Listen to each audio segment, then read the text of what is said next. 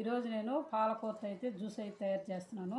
Juice కోసం మనము ఒక కీరకాయ తీసుకున్నాను, నిమ్మకాయ ఒకటి తీసుకున్నాను, అల్లం ముక్క ఒకటి తీసుకున్నాను, పుదీనా కొంచెం తీసుకున్నా. వీటన్నిటితో జ్యూస్ అయితే తయారు చేస్తాను. ఈ జ్యూస్ మనకు గ్లోయింగ్ స్కిన్ కోసం, డైజెషన్ అవడానికి కోసం, వెయిట్ లాస్ అవడానికి ఈ జ్యూస్ని అయితే మనము ఖాళీ కడుపుతో ఉదయాన్నే తాగొచ్చు.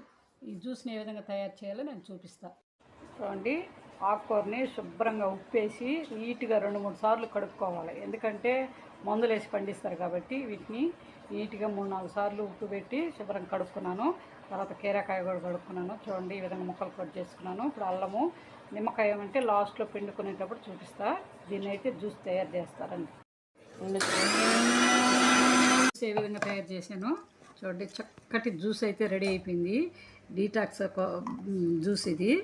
దీన్ని తాగారంటే ఉదయం ఖాళీ కడుపుతో తాగాలన్నమాట. తాగితే మనకు చాలా హెల్తీ అనమాట జ్యూస్ అనేది మాత్రం. కాబట్టి దీంట్లో ఇది నిమ్మకాయ పెడుతున్నాను చూడండి. నిమ్మకాయ పిండుకొని చక్కగా జ్యూస్ తాగామంటే మనము చాలా హెల్తీ అనమాట జ్యూస్ అయితే. కాబట్టి మీరు పరగడుపున జ్యూస్ అయితే ఈ విధంగా తయారు చేసుకొని వారానికి 3 సార్లు తీసుకున్నారంటే హెల్త్కి మంచిది.